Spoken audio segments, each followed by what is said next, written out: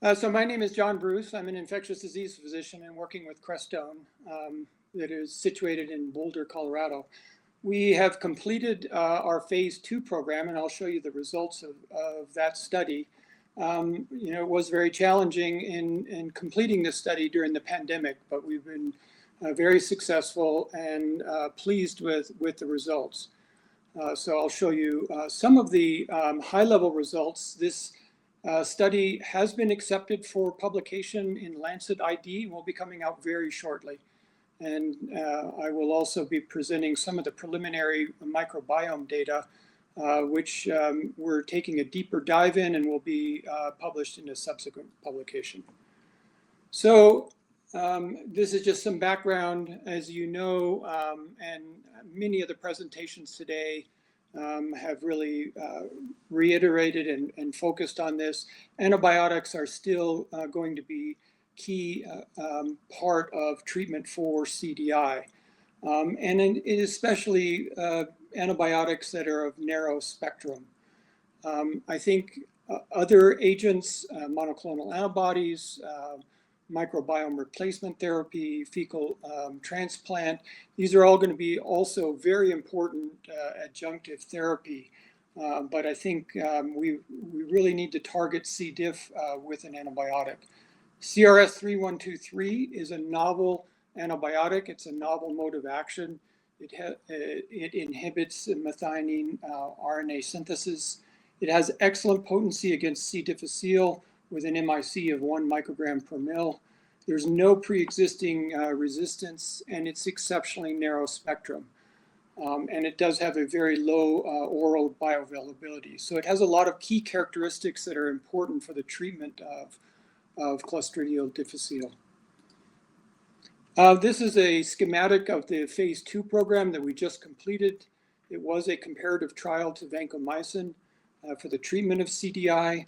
We screened and enrolled patients who had to meet the clinical definition of CDI, but they also had to be toxin positive before coming in. And there were 3 treatment groups, 2 different doses of CRS3123, 200 milligrams BID and 400 milligrams BID compared to vancomycin, 125 milligrams orally QID. We did have dummy placebos in both of the CRS3123 in order to maintain the double blind. They were treated for 10 days, and then we had a test of cure visit that was at least 2 full days after the end of therapy. We had follow-up visits at day 40 and then even an extended follow-up at day 70. The primary endpoints for the study were the rate of clinical cure at the test of cure and overall assessment of safety and tolerability. We looked at secondary endpoints that included the time to resolution of diarrhea, the rate of recurrence, rate of global cure, and there were many other secondary endpoints that we looked at. And I'll show you some of that data, including some toxin data. This is presenting some of the clinical cure rates. So on the left are these bars. In the solid colors, the blue, green, and maroon, you can see that there was a high level of efficacy for both treatment arms of CRS3123 and vancomycin. You can see the micro-ITT per protocol population and the ME. The bars with hash marks on them represent global clinical cure, which is essentially the same as sustained clinical cure, which includes a definition. They had to be a cure at the test of cure and had no recurrence through day 40. You can see that there was a very high rate of global clinical cure in both of the CRS3123 arms, but vancomycin fell off significantly, and this is due to recurrence. And so the recurrence rate for 3123 was around 4%, and vancomycin was around 23%. I think what's important here is that the vancomycin recurrence rate of 23% is really in line with published literature around recurrence for vancomycin. So I think it actually acts as a control for the study. When we look at the Kaplan-Meier plot to the right, you can see the onset of recurrence. Vancomycin had recurrences, some of them soon after the test of cure. There was a recurrence at day 25 in the CRS3123 400 milligram group. And there was also another recurrence in that group in an 81-year-old man that actually occurred on day 70, so the very last day of the study. So the question is whether that's a true recurrence or a reinfection. But we won't really know that from this study. This is an example of the toxin titers that were performed by Mark Wilcox and Jane Freeman from the University of Leeds. And so you can see that there was a significant amount of toxin that was present, and these are relative units, so you can see a fairly significant reduction, a log reduction in toxin titers over time, especially day 4 and then test of cure, and they remained low. The right-hand graph looks at spore counts. These spore counts were done by JMI Laboratories in Iowa, and so you can see also that there was a significant reduction in spore counts of C. diff. It is a very narrow spectrum antibiotic, so the characteristics of the gut microbiome with C. diff, which have been covered really by many other presentations today, some excellent presentations. Low alpha diversity, altered microbiome composition, fewer commensal bacteria, higher Enterobacter and Lactobacillus, and lack of butyrate producers, and also lack of producers of secondary bile acids. We looked at, with the University of Colorado Anschutz Medical Center, we've done extensive analysis on the microbiome from this study, looking at 16S RNA sequencing. And I'll present some of the high-level data that just has come out, and we are in the midst of analyzing that and hoping to get that to publication here very soon. Alpha diversity, when we look at alpha diversity, you can see the 3 treatment groups, 200 on the left, 400 milligram CRS3123, and then vancomycin on the right. If you anything above the 0 is really a higher alpha biodiversity or increase in richness of the sample. And you can see that vancomycin and anything below that 0 is really a significant decline in richness of the alpha diversity. Vancomycin clearly has the most impact on this richness.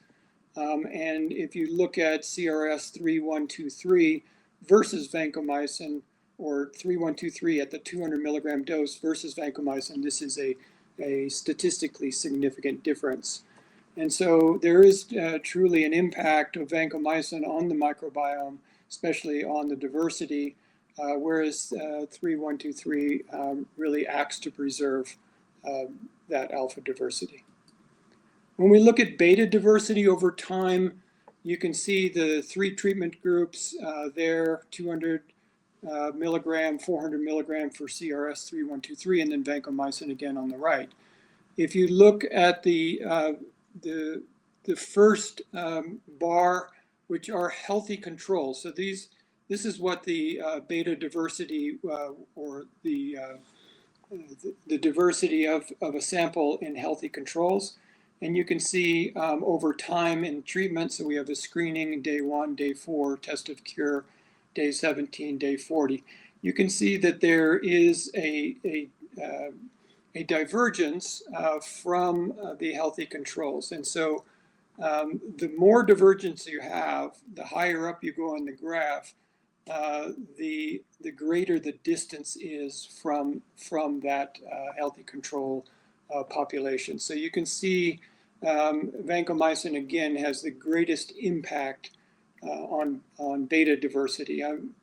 There's a lot of statistics there that I won't go into, but if you look in the table, and we focus in on day 4, which is kind of in the middle of treatment, and then the test of cure, you can see that comparing 3123 to vancomycin, these are statistically significant differences in beta diversity. When we look at Clostridioides abundance, you can see that 3123 is exceptionally active against Clostridia. And so both for the CRS3123 200 milligram and the 400 milligram group, you had fairly high levels, relative levels of Clostridia, and these were diminished greatly down to almost undetectable with treatment. With vancomycin, you have a lot more noise, and so you can see that there is an initial decline day 4, but then you start seeing relative abundance at day 17, and this probably reflects some of the recurrence that we were seeing with vancomycin, because we were seeing about a 23% recurrence rate with vancomycin. And when we look at some of the unintended consequences or beneficial aspects of the CRS3123, we also looked at Enterococcus. And as you know, treatment with vancomycin often leads to vancomycin-resistant Enterococcus, which is a particular problem for patients who may be immunocompromised or have other underlying conditions where VRE infections, systemic infections, become a real risk. If you look at CRS3123 and at the 200 and 400 milligram groups, you can see screening day 1, there was a fair amount of Enterococcus, and these dropped dramatically with treatment. Whereas with vancomycin, not only do you see a persistence of Enterococcus, but in the little points here that are in red, these red points are all VRE. And so there was a couple of patients that had VRE at baseline with CRS3123, but post-baseline, there were no VRE. Whereas with vancomycin, we had a significant number of patients that had VRE. So we think that's an important finding. When we look at specific groups within the microbiome, this is a graph of Bacteroides and their relative abundance. You can see that both CRS3123 200 milligram and 400 milligram group preserves this important bacterial group within the microbiome, whereas vancomycin, you see a significant decline in relative abundance of Bacteroides. The same is true for bifidobacteria, which is one of the key regulatory bacteria within a healthy microbiome. And you can see the relative abundance actually increases with CRS3123, both in the 200 milligram group and the 400 milligram group, whereas with vancomycin, this key bacteria is actually in the decline in terms of relative abundance. We have a lot more data that we're sifting through in the microbiome, and we will be looking at metabolomics, including primary and secondary bile acids, as well as inflammatory markers. And so that will hopefully come out in a publication very soon. Here's some key takeaways. It's a CRS3123 has a novel mechanism of action. It's narrow spectrum, and it has low oral bioavailability, and it is exceptionally potent against Clostridial species. CRS3123 has high cure rates at the test of cure. It is safe and well tolerated. And then it has a lower recurrence rate than vancomycin, at least in this phase 2 study. So we hope to bring this out further in our phase 3 program, which we're actively designing right now. CRS3123 rapidly reduces toxin and spore counts. Interesting that it even inhibits spore germination. So CRS3123 better preserves alpha and beta diversity than vancomycin and is highly potent against VRE. And I think that is my acknowledgement. The project was funded by the U.S. National Institutes of Allergy and Infectious Disease at NIH. Also, our thanks to Orrin Gordon and all of our collaborators from the University of Colorado Anschutz and also JMI Laboratories, as well as the laboratories at the University of Leeds with Jane Freeman and Mark Wilcox.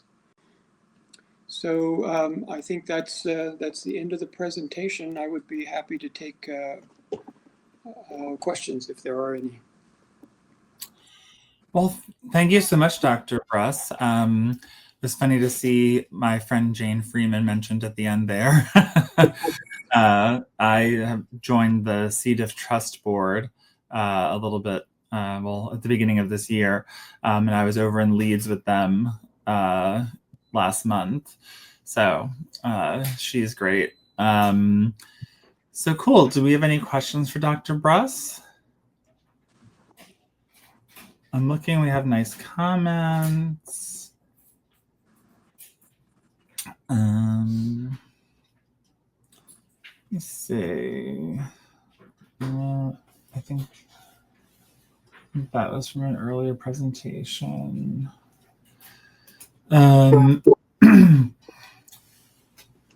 Yeah, so you said that you guys were designing the next, like the phase 3 trial. Do you have an idea of when you might launch that? We're currently planning for an end of phase 2 meeting with the FDA, and so once we have that, then we'll be looking to launch into phase 3. So it's in the planning. I don't have a specific date for you when we'll get started, but we want to get in there as soon as we can.